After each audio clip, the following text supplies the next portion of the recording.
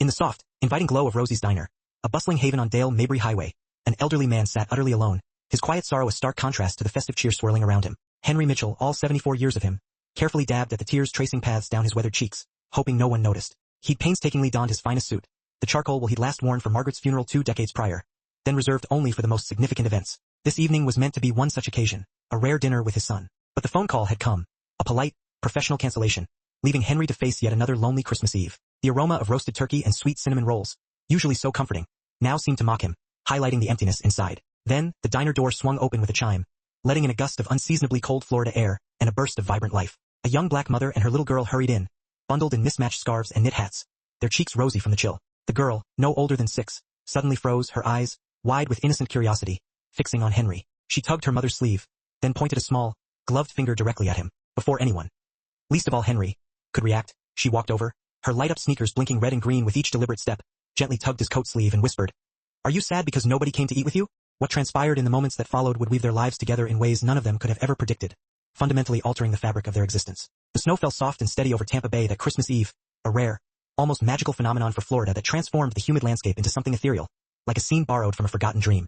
Inside Rosie's diner, the windows glowed with a warm, inviting amber, casting a welcoming light against the encroaching dark. The air hummed with the joyful cacophony of holiday celebrations, clinking silverware, hushed conversations, and bursts of laughter. But it was the rich, comforting smell of roasted turkey, mingling with the sweet spice of cinnamon rolls, that truly made the space feel like a sanctuary. Henry Mitchell sat alone at table 7, a small booth typically reserved for 2, the second-place setting, complete with an extra napkin and a full water glass, served only to underscore his solitude. At 74, his hands, spotted and gnarled, looked older still, trembling slightly as he meticulously adjusted the silverware, already perfectly aligned. He wore his good suit, the charcoal one purchased 20 years ago for his wife Margaret's funeral, a garment since reserved only for the most significant, cherished occasions. Though the fabric was worn at the elbows and the collar showed a faint fray, he had carefully pressed it that afternoon, determined to look his best, to project an air of quiet dignity. It was for David, his son, who was supposed to meet him at precisely 7 p.m. They had made these plans 3 weeks ago, a rare, anticipated dinner together, just the two of them. It was a faint echo of the days before David's life had become a whirlwind of hospital administration, high-stakes board meetings,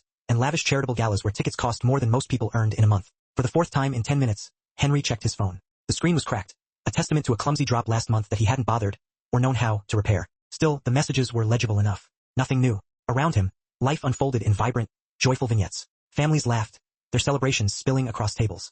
A young couple, their faces alight with adoration, fed their baby girl mashed sweet potatoes, her tiny face delightfully smeared with orange goo, her infectious giggles cutting through the diner's hum. An elderly pair sat hand in hand, silent but profoundly present, their shared history a palpable warmth between them. Near the window, 3 generations gathered at a long table, grandchildren clambering over their grandfather's lap as he playfully roared like a monster, eliciting shrieks of pure delight. Henry watched them all, each scene a poignant reminder of what he lacked, feeling the emptiness in his chest grow heavier, a leaden weight settling where his heart should have soared. At 7:15, his phone finally buzzed. He snatched it so quickly that his water glass tottered precariously. His heart, against all odds, surged with a fleeting spark of hope, only to plummet into a colder abyss as he read the words on the screen. "Dad, I'm so sorry. Emergency at the hospital. Can't make it. I'll call you tomorrow. Merry Christmas." Henry stared at the message, a digital pronouncement of his deepest fears. He read it 3 times, his mind desperately searching for a different meaning, a hidden promise that his son might still come, might still choose him over whatever urgent crisis now demanded his attention. But the words remained brutally, unequivocally the same. He carefully set the phone down, his gaze drifting to the empty chair across from him. The waiter, a kind-eyed young man who had been watching Henry with poorly concealed concern, had already brought bread, set out a second napkin, and filled both water glasses. "It's okay," Henry whispered to himself, his voice barely audible amidst the diner's cheerful chaos, a fragile attempt at self-assurance. "He's busy, important work, people need him." But his eyes burned with unshed tears, a fierce, desperate refusal to let them fall. Not here, not in front of all these happy families. He raised a trembling hand to signal the waiter, preparing to ask for the check, to retreat to his small, silent apartment where no lights waited, where no stockings hung by any fireplace, where the television would be his only, flickering company. But before he could speak, the door chimed again, and 2 figures stepped inside, ushering in another swirl of snow-chilled air. A woman and a little girl, both bundled against the unexpected Florida cold in mismatched scarves and cozy knit hats. The woman, in her early 30s, possessed dark skin that seemed to glow with an inner warmth, a striking contrast to the winter chill. Her hair was pulled back in a practical bun, and beneath her coat, Henry glimpsed pale blue scrubs adorned with tiny yellow ducks, hinting at her profession. She moved with the efficient grace of someone accustomed to long, demanding shifts spent on her feet. The little girl, a vibrant 6-year-old, was a whirlwind of energy and boundless curiosity, her eyes wide as she eagerly took in the diner's festive decorations. She wore a purple coat 2 sizes too big, clearly a cherished hand-me-down, and light-up sneakers that blinked red and green with every joyful, bouncing step. "Mama, look!" the girl exclaimed, tugging excitedly on the woman's hand. "They have hot chocolate with marshmallows." The woman, Nina, smiled down at her daughter, a look of profound love that resonated with Henry, making his own chest ache with a familiar pang of longing. "We'll see, baby. Let's find a table first." The hostess, noticing them, led them across the bustling diner. As they passed table 7, the little girl suddenly stopped. Her bright gaze fixed directly on Henry, then drifted to the empty chair opposite him, before returning to his face. Her expression, initially curious, subtly shifted to something that looked uncannily like recognition, though they were complete strangers. "Mama," she whispered, loud enough for Henry to distinctly hear. "Why is that man crying?" Nina followed her daughter's unblinking gaze and saw what Henry, in his self-conscious attempt at composure, hadn't realized. Tears were indeed sliding, slow and silent, down his weathered cheeks. He quickly wiped at them, his embarrassment a hot flush, turning his face away. "Zoe, honey, it's not polite to..." Nina began, her voice soft with a gentle rebuke, but Zoe had already pulled free of her mother's hand. The little girl walked with fearless determination straight to Henry's table and looked up at him with a direct, unvarnished compassion that only children seem to possess. "Are you sad because nobody came to eat with you?" she asked, her voice a simple, clear chime in the noisy diner. Henry opened his mouth to speak, but found the words lodged in his throat. The sheer directness of her question, the pure, unfeigned concern shining in her innocent eyes, cracked something open inside him, a carefully constructed dam he'd struggled for hours to keep sealed. He nodded, just once, a tiny, almost imperceptible movement. Zoe's face immediately broke into a radiant, infectious smile. "Mama, can we sit with him? Christmas is for being together. Nobody should eat alone on Christmas." Nina's first, automatic instinct was to apologize, to gently steer her daughter away, to protect the stranger's privacy and dignity. She'd worked enough shifts in the busy community hospital to know that sometimes, people wanted to be left alone with their grief. But then, she looked deeper into Henry's eyes, and what she saw there was not a request for solitude, but a desperate gratitude, a longing so profound and raw that it made her own heart ache with a sympathetic pang. "I don't want to intrude," Nina said gently, her eyes meeting Henry's, a silent question passing between them. "But if you'd like some company, we'd be happy to join you." Henry looked at this woman and her daughter, strangers who owed him nothing, who undoubtedly had their own joyful Christmas plans, their own celebrations waiting, and in that moment, he felt a fissure appear in the formidable wall he'd painstakingly built around his profound loneliness. "I would like that very much," he managed, his voice rough with emotion, raw and unfamiliar even to his own ears. "Please." Nina, understanding, helped Zoe slide into the chair across from Henry, the very seat David was supposed to have filled. She then took the extra chair the thoughtful waiter quickly brought to the side of the table. The young server, catching Henry's relieved gaze, offered a small, knowing smile, clearly glad that the lonely old man wouldn't be eating alone after all. "I'm Zoe," the little girl announced, extending her small hand across the table with an endearing, formal seriousness. "I'm 6 years old. This is my mama, Nina. She saves people." "I'm a nurse," Nina clarified with a warm, gentle smile, "at Bay General Hospital, but Zoe likes to make it sound more dramatic." "You do save people," Zoe insisted, her conviction unwavering. "You told me you helped that baby breathe when it was born too early." Nina's cheeks colored slightly, a hint of bashfulness. "Well, the doctors and I work together as a team, baby." Henry shook Zoe's hand solemnly, matching her earnestness. "I'm Henry Mitchell. It's very nice to meet you both." "Why were you crying, Mr. Henry?" Zoe asked, her blunt honesty a disarming force that children had not yet learned to mask. "Zoe," Nina said gently, a soft warning in her voice, "remember what we talked about. Some questions are too personal." "But I want to help," Zoe protested, her brow furrowed. "You said helping is good." To his own surprise, Henry found himself answering. "I was crying because I was supposed to have dinner with my son tonight, but he had to work, important business, people depending on him." The words, as he spoke them, tasted bitter, like he was making excuses for David when the truth was far simpler, and infinitely more painful.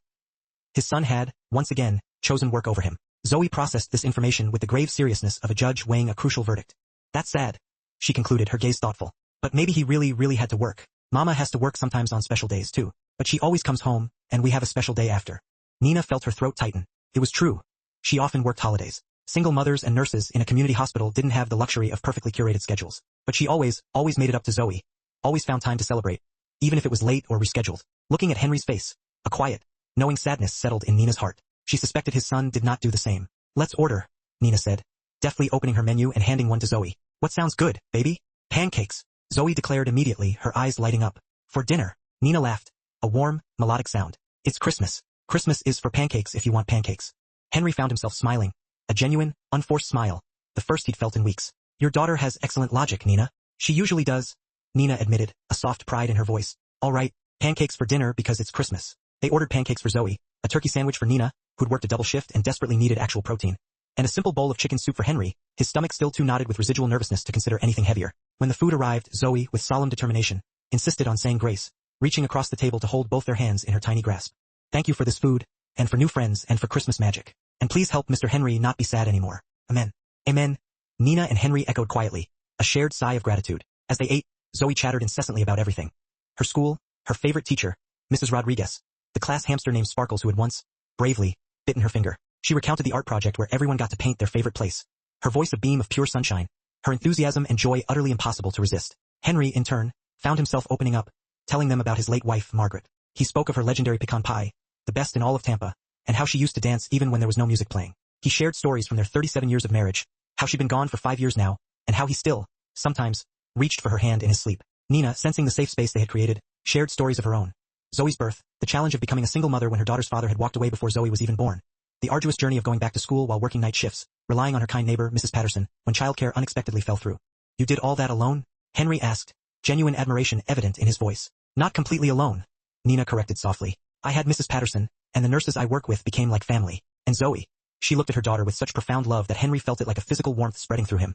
Zoe has always been my reason to keep going, to be better, to show her that you can face hard things and come through them stronger. They talked for over an hour, the conversation flowing easily, naturally, like old friends catching up rather than strangers who had met less than 90 minutes ago. Other diners came and went, the restaurant slowly emptying as families headed home to finish their cherished celebrations. Finally, Nina glanced at her watch. Oh my goodness, it's almost 9. Zoe. Baby, we need to get home. Tomorrow's a big day. But I don't want to leave, Mr. Henry.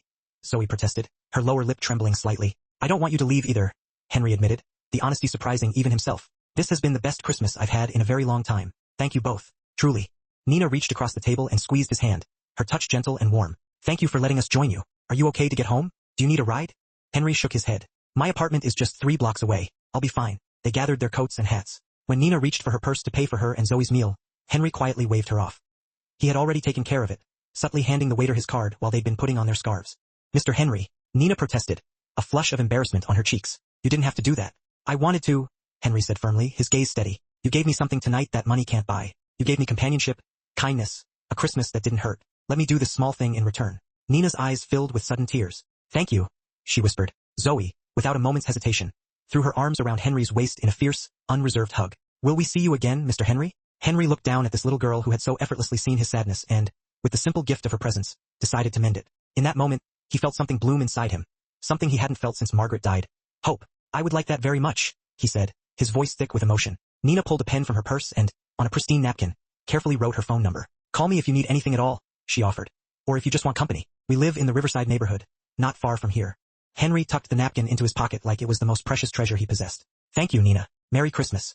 Merry Christmas, Mr. Henry, they chorused. They walked out together into the rare Florida snow, which was already starting to melt, but still cast a magical, shimmering quality over the night. Zoe skipped ahead, her head tilted back, trying to catch snowflakes on her tongue. Nina and Henry walked more slowly behind her, a comfortable silence settling between them. At the corner where their paths diverged, Zoe turned back, waving enthusiastically. Bye, Mr. Henry. I love you. The words, so casual, so natural to her, were spoken with the easy affection of someone too young to know that love was supposed to be complicated or painstakingly earned over time. Henry waved back, his vision blurring with tears once more. But these were vastly different tears from the ones that had fallen earlier that evening. These were not tears of loneliness or despair. These were tears of profound gratitude, of simple wonder, of being truly seen and valued by someone who had no earthly reason to care, except for the purest human decency. He walked home to his small apartment and, for the first time in 5 years, didn't feel like he was entering a tomb. He felt like he was walking into a space where life, real life with connection and meaning, might still, miraculously, be possible. Before bed, he looked at the napkin Nina had given him, her phone number written in neat, careful handwriting, and whispered into the empty room. Thank you, Margaret, for sending them to me tonight. And somewhere he liked to imagine his late wife smiled. 1 week later, on a gray New Year's Eve afternoon, Henry pushed his shopping cart through the chaotic aisles of the Publix on Kennedy Boulevard. Last-minute shoppers, a frantic legion, surged around him, stocking up for their impending celebrations. He clutched his meticulously prepared list. Milk, bread, eggs, canned soup, coffee, bananas. The basic provisions that would see him through another week of solitary meals eaten at his small kitchen table. He moved slowly, deliberately, his arthritis a constant companion, especially on the slick tile floors where the ceaseless flow of customers tracked in water from the rain-swept parking lot. The cashier, a young woman with kind eyes, greeted him with a cheerful sweetie, and packed his 3 plastic bags with thoughtful care, ensuring the eggs were nestled safely on top. Henry cherished these small kindnesses, the way she asked about his day and actually paused, genuinely waiting for his answer, instead of the perfunctory fine most people expected. He paid, gathered his bags, and politely declined her offer of help outside. He was old, yes, but not helpless. Thank you very much, he murmured, stepping out into the cold, drizzling afternoon. The temperature had dropped again, unusually sharp for Tampa, making everything feel damp and slick. Henry adjusted his grip on the bags, heavy with a week's worth of supplies, and started across the sprawling parking lot toward the distant bus stop. He didn't see the treacherous patch where oil and water mingled near a parked car. His right foot found the slick spot, and in an instant it went out from under him. For one terrible, agonizing moment, Henry was airborne, his arms windmilling uselessly, the grocery bags flying from his hands like scattering birds. He hit the wet pavement hard. The impact drove the air from his lungs and a searing pain shot through his left hip, the one that already gave him constant trouble, the one the doctor kept hinting might need replacing, a procedure his insurance barely covered with a deductible he could never afford. For a moment, he simply lay there on the cold, wet ground, stunned, humiliated, and hurting. His groceries were scattered across the asphalt. A can of soup rolled under a nearby truck. An orange bounced twice before disappearing between two parked cars. A few people walked past, their gazes briefly flickering over him, but none stopped. One man, engrossed in his phone, actually stepped over Henry's outstretched leg without a pause, too consumed by his digital world to notice or care that an elderly man lay prone in the chilling rain. Henry tried to sit up, but his hips screamed in protest, a fresh wave of agony making him gasp. He knew, with a morbid certainty, that he was going to have a bruise the size of Florida, and probably worse. "Oh my God, Mr. Henry!" He looked up through the drizzle, his vision blurry, to see Zoe running toward him, her mother close behind. Both were laden with their own groceries, but they dropped them immediately, recognizing him with a gasp of alarm. "Mr. Henry, are you hurt?" Zoe's small face appeared above him, her eyes wide with worry. "I'm okay, sweetheart," Henry managed, though his voice shook.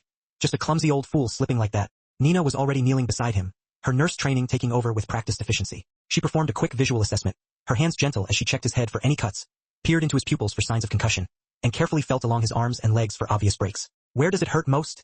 she asked, her voice calm and professional, yet infused with unmistakable warmth. "My hip," Henry admitted, wincing. "Left side. It's an old problem."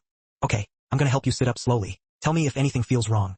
Nina positioned herself carefully, her surprising strength belying her slender frame, and helped Henry into a sitting position, supporting his weight. Zoe, meanwhile, had already sprung into action, darting around to gather his scattered groceries, chasing down the errant orange, and even crawling under the truck to retrieve his soup can. "Can you stand?"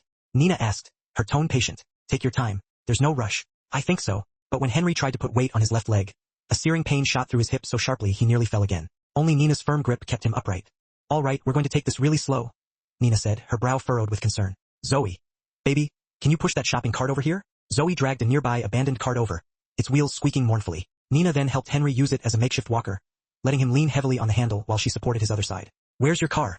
Nina asked gently. Henry felt his face flush with embarrassment, a familiar sting of shame. "I don't drive anymore. I take the bus."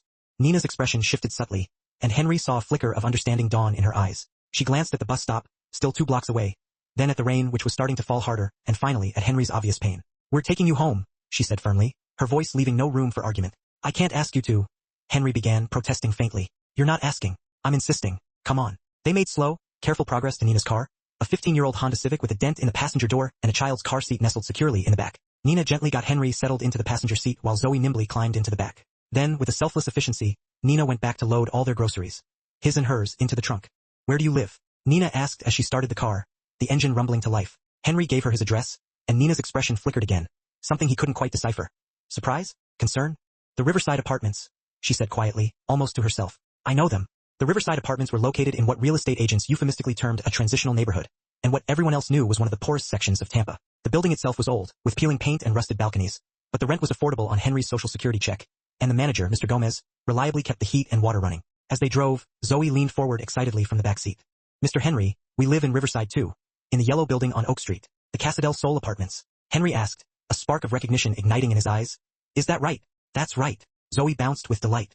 "We're neighbors." Nina pulled into the parking lot of Henry's building and, despite his protests, insisted on helping him up the 2 flights of stairs to his apartment, Zoe trailing behind them, carefully carrying his groceries. Henry's pride urged him to refuse, to insist he could manage, but his hip was throbbing relentlessly, every step feeling like walking on broken glass. His apartment was small, just 1 bedroom, a tiny kitchen, and a living room barely big enough for his second-hand couch and old television. Yet, it was meticulously clean and tidy, with Margaret's knitted afghans folded neatly on the couch and photographs covering almost every surface, each one a silent testament to a life once shared. Nina helped Henry to the couch and gently propped his injured leg up on a pillow. "Ice," she said, already heading to his kitchen without asking permission, her nurse's instincts fully engaged. 20 minutes on, 20 off for the next few hours. "Do you have any anti-inflammatories?"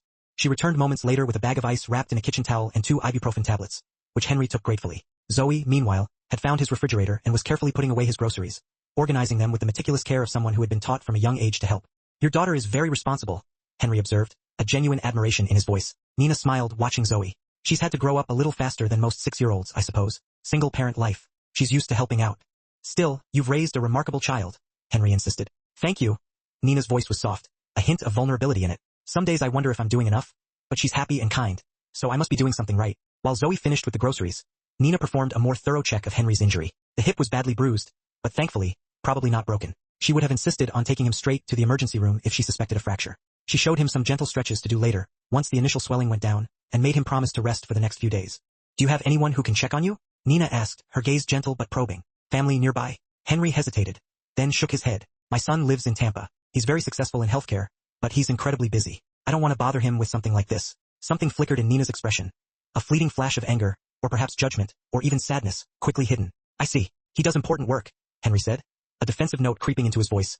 Even though his son hadn't called once since the cancelled Christmas dinner, people depend on him. Everyone needs people to depend on them, Nina said quietly, her words gentle yet pointed, hanging in the air between them. Even important, busy people need someone to check on them when they fall. Zoe appeared from the kitchen, having discovered the refrigerator's nearly empty state. Mr. Henry, you don't have much food. I had more before I dropped it all, Henry said with a weak smile, a wistful note in his voice. Nina and Zoe exchanged a look, one of those wordless mother-daughter communications that conveyed entire conversations. Mr. Henry, Zoe announced, her decision clearly made. There's a party tonight in our courtyard, for New Year's Eve. You have to come. Henry started to decline automatically. Parties, he thought, were for young people, for families, for people with something to celebrate. Not for old men with bruised hips who would simply be a burden. But Nina, with her perceptive gaze, seemed to anticipate his unspoken thought, speaking before he could form another excuse. Actually, that's perfect, she said, her voice gentle but firm. You shouldn't be alone tonight, not after a fall like that. Her concern was palpable, a warmth Henry hadn't felt directed at him in years. The party starts at 7. It's nothing fancy, just neighbors coming together, sharing food, and celebrating. Very casual. Henry stammered, still clinging to his ingrained habit of self-sufficiency and avoidance. I couldn't possibly. Yes, you could, Nina interrupted, her voice unwavering yet kindly. And you should. It's important to have community, especially when you're recovering from an injury. I'm a nurse, remember? Doctor's orders, or nurse's orders in this case. Henry looked at these two, this vibrant woman and the earnest child who had already shown him more genuine care in the past week than his own son had managed in 2 years. His well-honed resistance, a shield he'd carried since Margaret's death, began to crumble, giving way to a nascent desire for connection. What time did you say?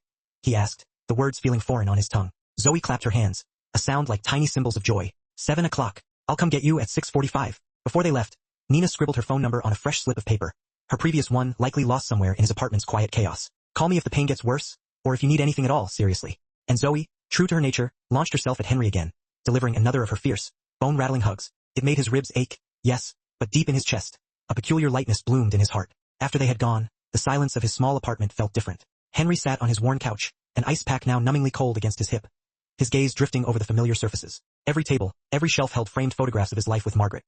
Their younger, hopeful faces, David as a clumsy, grinning boy, Christmases garlanded with tinsel and laughter, birthdays marked by cake and candles, and countless ordinary moments made extraordinary, almost sacred, by the passage of time and the sharpness of loss. Yet, as he looked, he realized something profound was missing from these carefully preserved memories. What he saw was a meticulously curated narrative, but it lacked the raw, vibrant pulse of true living, the spontaneous joy, the intricate webs of connection, the beautiful messiness of real life where people truly showed up for each other, where community was treasured above achievement, and where kindness was a currency far more valuable than money. He picked up his phone, the one with the spiderweb crack across its screen that he still hadn't bothered to figure out how to fix. The notification bar remained stubbornly empty, a stark testament to the lack of messages from David. Then, his eyes fell upon Nina's number, scrawled on the scrap of paper.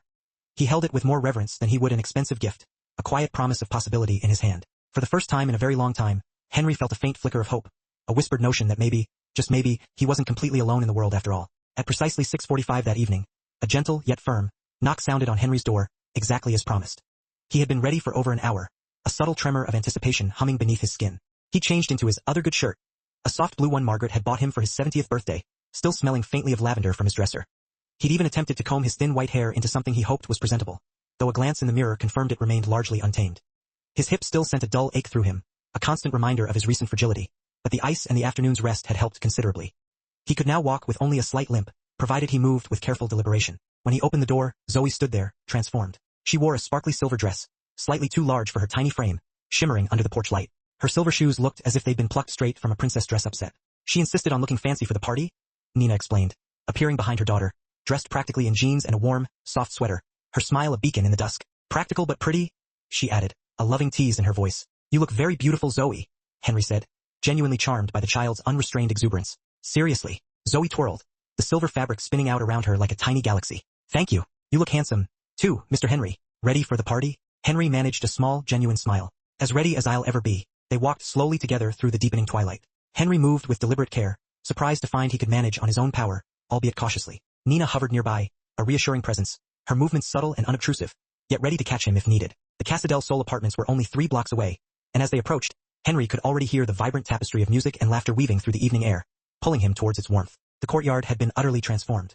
Someone had strung up fairy lights that glittered like scattered stars, casting a magical glow. Cheap party store decorations, shimmering plastic intertwined with an abundance of homemade paper lanterns, created a whimsical canopy overhead, bathing the space in a warm, inviting light. Long tables had been set up, covered with a riot of mismatched tablecloths, floral patterns beside stripes, bold solids next to faded checks, each telling its own silent story. They were laden, groaning under the weight of an unimaginable quantity of food. casseroles baked with love, aromatic rice dishes, crispy fried chicken, vibrant salads, and an array of tempting desserts. Each contribution, Henry realized, represented someone's best effort, their unique way of participating in this communal celebration. There were perhaps 40 people gathered, a diverse kaleidoscope of humanity, ranging from gurgling babies cradled in arms to elderly folks even older than Henry, their faces etched with the wisdom of years. The demographic was wonderfully mixed.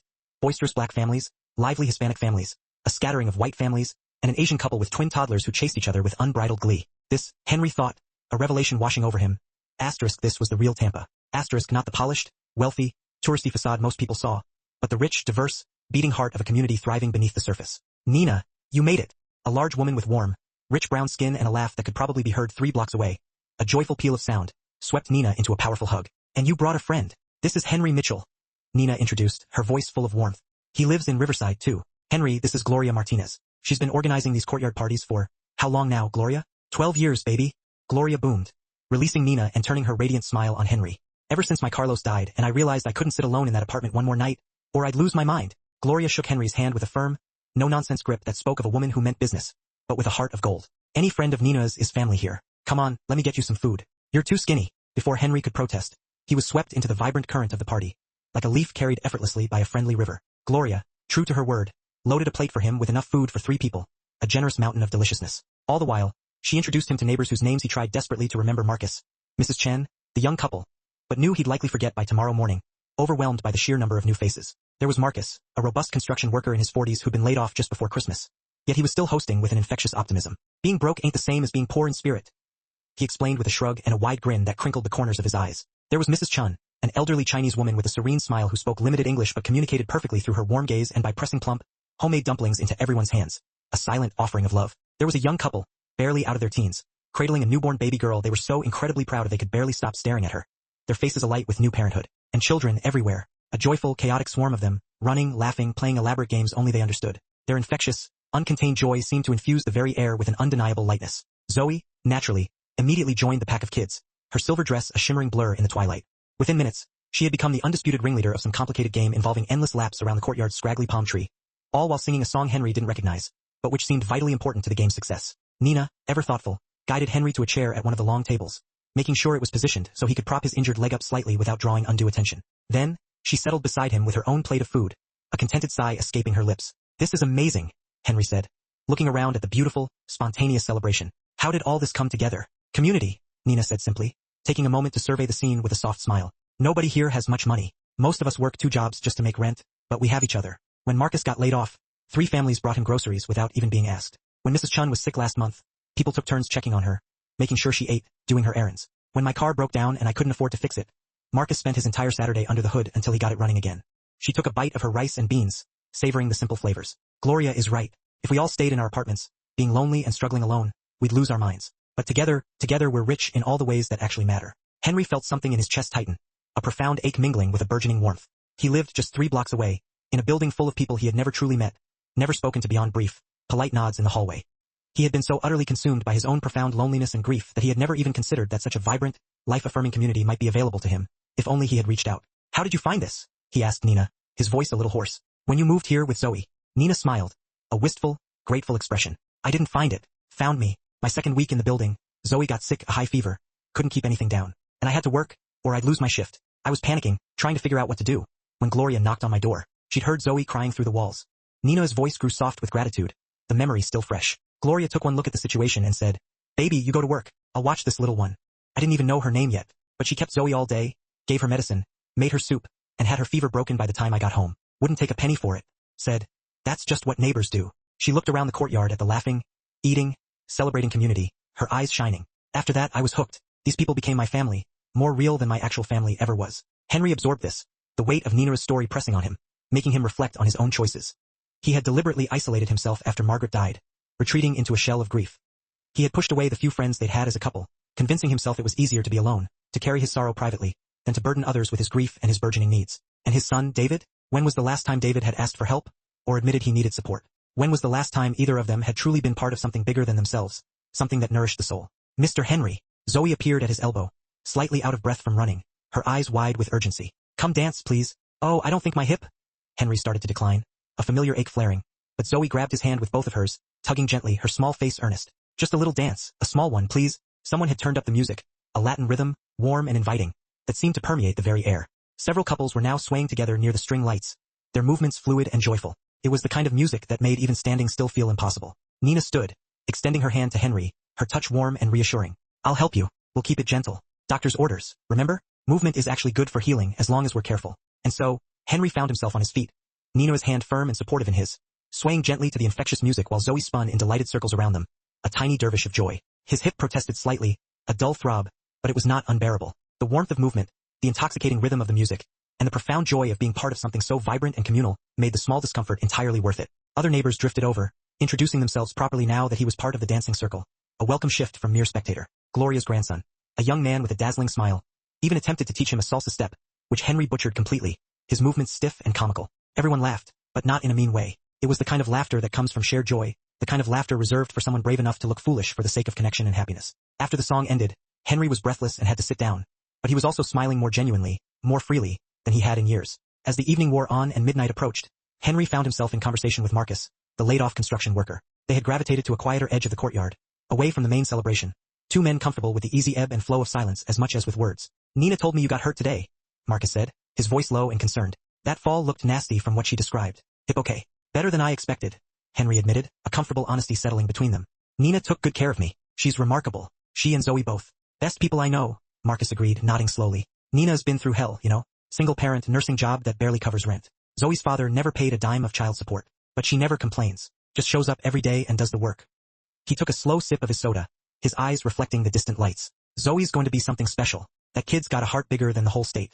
Last week, she gave her lunch to another kid at school who didn't have one. Came home hungry, but happy, because her friend got to eat. Henry felt his throat tighten, a lump forming from a complex mix of admiration and a poignant sadness. Where does a 6-year-old learn that kind of compassion?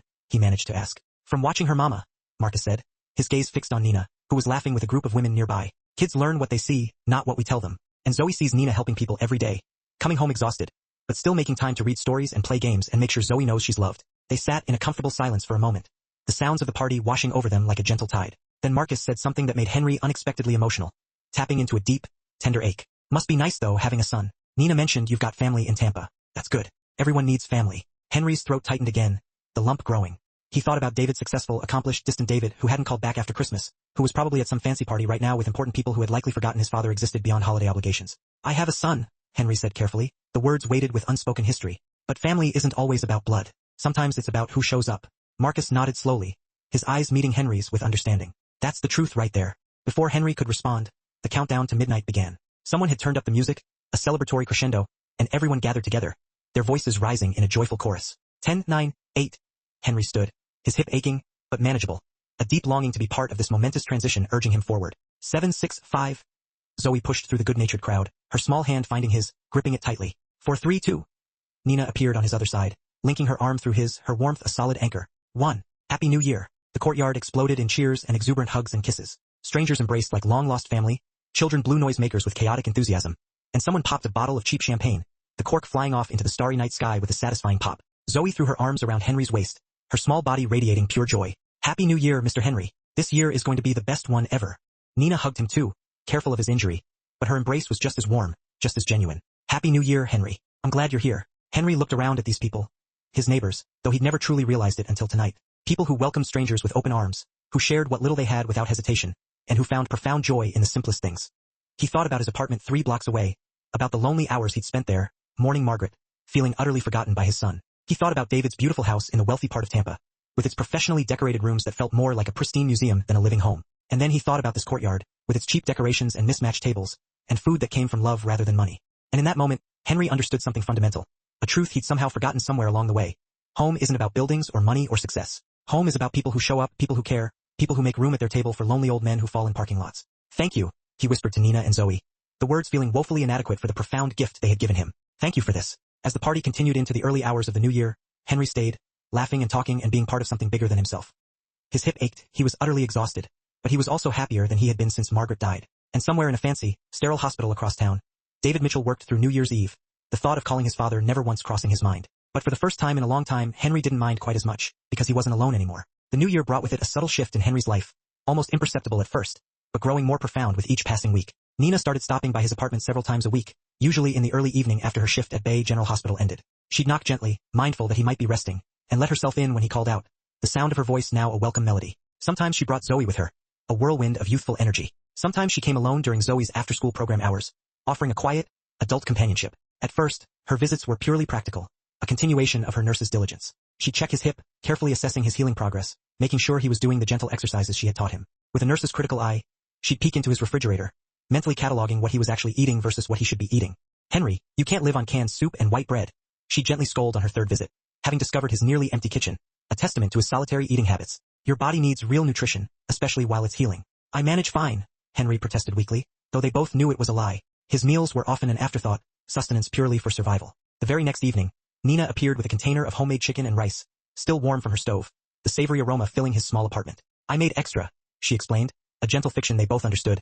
It'll just go to waste if you don't eat it. Nina barely had enough money to feed herself and Zoe, let alone make extra food for an old neighbor. But she had found ways to stretch her meals, to cook in larger batches that could feed her small family and still leave something to share. Henry accepted the container with hands that trembled slightly, not from age or injury, but from a profound surge of emotion he hadn't known he still possessed. You don't have to do this, he said, his voice thick. I know, Nina said simply, her gaze steady and kind.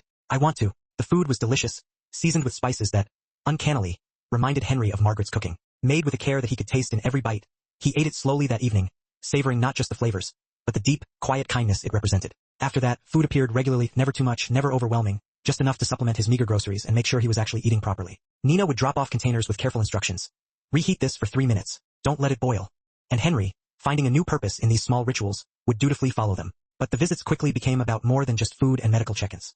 Nina would sit with him for a while, usually with a cup of tea. Henry learned to keep a variety stocked, especially for her visits. They'd talk about their days, their lives, the small challenges they faced, and the quiet victories they celebrated. Nina told him about the hospital, about patients who touched her heart, and moments that reminded her why she'd become a nurse. Despite the long hours, the low pay, and the emotional toll. She talked about a baby born prematurely at just 27 weeks who'd been in the NICU for months but was finally going home. About an elderly patient with dementia who didn't remember her own daughter but always smiled at Nina and called her sunshine. About the soul-deep exhaustion of double shifts and the constant frustration of never quite making enough money, no matter how hard she worked. I applied for nursing school, Nina told him one evening in late January, her voice carrying a fragile mixture of hope and fear, to get my RN license instead of just being an LPN. It would mean better pay, more opportunities, a real future for Zoe and me. But it's 2 years of school, and I'd have to cut my hours at work, and I don't know how I'd manage tuition and rent and taking care of Zoe all at once. You'd find a way, Henry said with a certainty that surprised even himself. He saw her strength, her unwavering spirit, more clearly than she saw it herself. You're the most capable person I know, Nina. If anyone can make it work, you can. Her eyes shimmered with unshed tears she wouldn't let fall. Thank you for believing in me. Sometimes I need someone else to believe first before I can believe in myself. Henry, in turn, shared his own stories too, about his life with Margaret, about running a small accounting business before retirement, about David's childhood when things were simpler and their bond was closer. He talked about the insidious distance that had grown between him and his son, about feeling invisible in his own family, about the nagging wonder if he'd done something wrong to make David pull away. You didn't do anything wrong, Nina said firmly, her voice leaving no room for doubt. Some people just get lost in their own success. They forget that titles and money don't mean much if you don't have people who genuinely care about you. He's doing important work, Henry said, but with less conviction than usual, the words tasting hollow. Everyone's work is important if it helps people.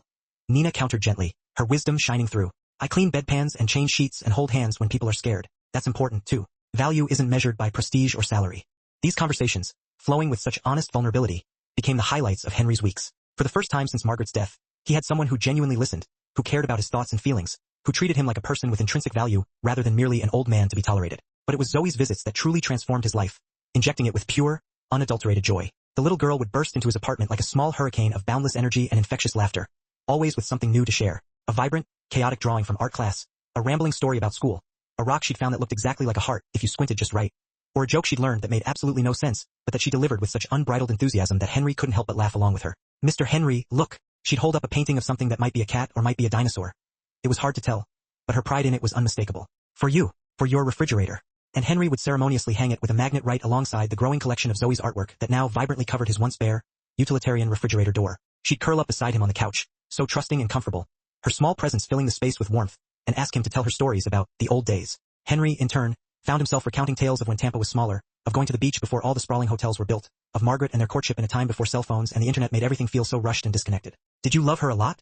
Zoe asked one afternoon, her small face serious as she studied a photograph of Margaret that sat on Henry's end table, a quiet sentinel of his past. Very much, Henry said quietly, his gaze softening with memory. More than I knew how to say most of the time. Mama says love is showing up, Zoe declared, her voice filled with the simple truth she had absorbed. Like when she's really tired, but still reads me stories before bed. That's love even if she doesn't say the words. She looked at Henry with her wise beyond her years eyes, piercing his heart with an innocent question. Did you show up for her? Henry felt his throat tighten, the weight of a lifetime of unspoken words and missed opportunities pressing down. I tried to. I didn't always succeed, but I tried. That's good, Zoe declared with the absolute certainty of someone who'd figured out life's most important truths. Trying counts. Through Zoe and Nina's regular visits, Henry's apartment slowly, miraculously, came back to life. The air smelled less stale, infused now with the faint scent of fresh-baked goods Nina sometimes brought or the lingering fragrance of Zoe's childish exuberance. Laughter echoed off walls that had been silent for too long, and the television stayed off more often because conversation, genuine human connection, was better than any show. Henry found himself looking forward to their visits with an anticipation that made his days feel purposeful again.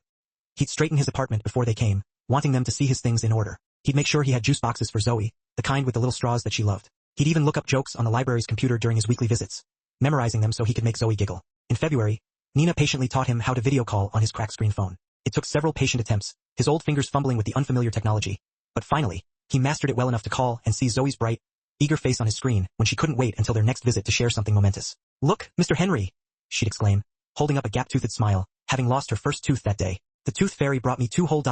Henry felt his heart swell with affection for this child who had claimed him as her own honorary grandfather, who loved him simply because he had been lonely and she, with the boundless compassion of a 6-year-old, had decided loneliness was something to be fixed. But there were harder conversations, 2 moments when the fragile joy gave way to the harsh realities of their lives. One evening in mid-February, Nina came alone, her face drawn with an exhaustion that went beyond mere physical tiredness.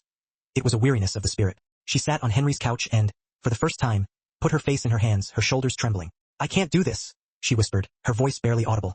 I can't keep working these hours and being everything Zoe needs and trying to study for nursing school applications and making rent every month with nothing left over. I'm drowning, Henry. I'm drowning, and I don't know how to stop. Henry moved to sit beside her, not touching, but close, a silent, comforting presence. Tell me what you need, he said, his voice surprisingly steady, imbued with a newfound strength. I need... Nina's voice broke, a raw, ragged sound. I need help. I need someone to tell me it's okay to admit I can't do everything alone. I need to not feel like I'm failing Zoe every time I'm too tired to play with her or too stressed to be patient when she asks the same question for the 10th time. You're not failing her, Henry said firmly, his hand hovering, then gently resting on her shoulder, a gesture of profound empathy. Nina, you're giving her everything. You're showing her what strength looks like, what persistence means, how to face impossible challenges with grace. That child adores you and she should, because you're remarkable. I don't feel remarkable, Nina whispered, her voice fragile. I feel like I'm barely holding on. Barely holding on while still showing up is the definition of remarkable, Henry countered gently. Margaret used to tell me that heroism isn't about grand gestures, about charging into battle or making some huge sacrifice that gets you a medal. It's about getting up every day and doing what needs to be done, even when you're exhausted and overwhelmed and ready to give up. You do that every single day. Nina looked at him through a fresh welling of tears. How did you keep going after Margaret died, when everything felt impossible? Henry was quiet for a long moment, his gaze distant, lost in the shadows of memory. He was remembering those dark, desolate months after the funeral, a time that felt more like an endless, suffocating night. Honestly, he began, his voice raspy, I didn't keep going very well. I isolated myself. I pushed people away, convinced they'd only burden me or get tired of my grief. I told myself I was fine when I was actually dying inside, just slowly, like a wilting plant. He took a deep, shuddering breath. But what I've learned, what you and Zoe have truly taught me, is that we're not meant to do life alone. We need each other. And admitting that isn't weakness, Nina. It's wisdom. Nina leaned her head on Henry's shoulder, the simple gesture a profound comfort. He patted her hand awkwardly, unused to providing such emotional solace, but trying anyway. Thank you, she whispered, her voice thick with emotion. For being here, for caring. Thank you, Henry replied, a rare smile touching his lips. For showing me that family isn't just blood. It's who shows up, who stays, who makes room in their life for you, even when they barely have room for themselves. After Nina left that evening, a quiet descended upon Henry's apartment, a silence that once would have felt isolating, but now held a different resonance. He sat alone in his worn armchair, surveying the small space that had, in recent months, been filled with so much more than just his solitary presence. His eyes drifted to Zoe's vibrant drawings, a riot of color and childlike joy, covering his refrigerator like precious art. Then to the empty container from the homemade soup Nina had brought earlier that week, a tangible sign of her thoughtfulness. Finally, his gaze settled on his phone, Nina's number now saved under the simple, poignant label, Nina Family. He picked up the phone, a newfound resolve stirring within him, and tried calling David. It rang 4 times, each tone a small chime of fading hope, before going to voicemail. David's voice, smooth and professionally modulated, filled the quiet room. You've reached Dr. David Mitchell. I'm unable to take your call right now, but please leave a detailed message and I'll return your call as soon as possible. Henry waited for the beep, a tiny, almost imperceptible sound in the silence, then spoke, his voice surprisingly steady. David, it's your father. I just wanted to call and say hello, see how you're doing. I know you're busy with important work, but maybe we could have lunch sometime. Nothing fancy, just time together. Call me when you can. I love you. He hung up, the small click echoing in the stillness, and stared at the phone, willing it to ring, waiting for a return call that, 3 days later, then a week, then 2, never came. David remained silent. Meanwhile, Gloria continued to be a bright, unwavering presence in Henry's slowly expanding world. She'd stop by his apartment unannounced, usually with some transparent excuse. I made too much pie, you have to help me eat it, or, I need a man's opinion on whether this picture should go on this wall or that wall. But the real reason, as Henry knew and appreciated, was simply to check on him, the way she checked on all her neighbors, a maternal instinct extending to everyone in her orbit. You're looking better, Henry, Gloria observed one afternoon in late February, her keen eyes studying his face with the discerning gaze of someone who'd learned to read people's stories in their expressions. More color, more life. Nina and Zoe are good for you, honey. They're the best thing that's happened to me in years. Henry admitted, a genuine warmth spreading through him. And that son of yours? Gloria asked bluntly, cutting straight to the heart of the matter. She'd heard the story by now, pieced together from Henry's careful omissions and Nina's more honest frustrations. He call you back yet? No, Henry said quietly, his voice tinged with a familiar resignation. But he's busy. Important work. Gloria made a sound, a dismissive humph, that clearly indicated what she thought of that excuse. Baby, I don't care how important someone's work is. You make time for family. You make time for the people who matter. Otherwise, what's the point of all that success? She patted Henry's hand with surprising gentleness, her touch firm but kind. But you've got family now. Maybe not the family you were born with, but the family you've chosen, and sometimes that's even better. The call came at 2:17 in the morning on a Tuesday in early March. Nina's phone rang, a shrill, unwelcome sound that shocked her out of a deep sleep. The kind of exhausted unconsciousness that came from working a double shift and then staying up late to help Zoe with a school project. She grabbed for the phone blindly, her heart already racing, because calls at this ungodly hour almost always meant emergencies, meant someone needed help. Hello. Her voice was rough with sleep, thick and groggy. Is this Nina Rodriguez? An unfamiliar voice, professional and clipped, cut through the haze. Yes. Who is this? This is Tampa General Hospital. We have a Henry Mitchell here who was brought in by ambulance about an hour ago. He had your number listed as his emergency contact. Are you able to come in? Nina was already out of bed, her nurse training kicking in, her brain clearing instantly despite the late hour and bone-deep fatigue. What happened? Is he okay? He collapsed at home. A neighbor heard a noise and found him unconscious. The paramedics suspect a cardiac event, possibly a heart attack. He's stable now, but we need someone here to discuss his care. I'm on my way. 20 minutes. Nina stated, already moving with purpose. She threw on clothes, her hands shaking slightly as she fumbled with the buttons of her jeans. Mrs. Patterson across the hall, a steadfast and reliable presence, would watch Zoe. She'd helped before, knew the drill for emergency situations. Nina woke her daughter gently, explaining that Mr. Henry was sick and Mama had to go help him, and gratefully accepted Mrs. Patterson's immediate, firm offer to keep Zoe for the rest of the night. Go, Mrs. Patterson said, pushing Nina towards the door. We'll be fine here. The drive to Tampa General, usually a 25-minute journey, took Nina a mere 17. She broke speed limits without caring, her mind a frantic swirl of possibilities. Heart attack, stroke, something worse. Henry was 74, and despite the gentle exercises and better nutrition she'd encouraged, he wasn't in perfect health. Please, she prayed to whatever powers might be listening in the dark, pre-dawn hours. Asterisk, please let him be okay. Tampa General was one of the premier hospitals in the city, a stark contrast to Bay General where Nina worked. Everything here gleamed with an expensive cleanliness. The waiting rooms were filled with plush leather furniture instead of plastic chairs. The nurses' station equipped with the newest, most advanced technology. Nina gave Henry's name at the desk, showed her ID, and explained she was listed as his emergency contact. The receptionist, professional, efficient and slightly detached, checked her computer. He's in room 412, 4th floor, cardiac wing. The cardiologist is with him now. Nina took the elevator up, her heart pounding a frantic rhythm against her ribs, her mind still foggy with sleep and adrenaline. She found room 412 and pushed open the door carefully, bracing herself for what she might see. Henry lay in the hospital bed, looking smaller and frilier than she'd ever seen him. Monitors beeped steadily, their cold, electronic pulses tracking his heartbeat and oxygen levels, and 4 dripped clear fluid into his arm, a steady, silent lifeline. His eyes were closed, his face pale and almost translucent beneath the oxygen tubes. A doctor stood beside the bed, reviewing a chart.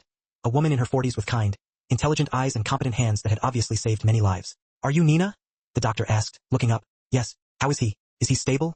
He had what we call an acute coronary syndrome, the doctor explained calmly. One of his coronary arteries became partially blocked, reducing blood flow to his heart.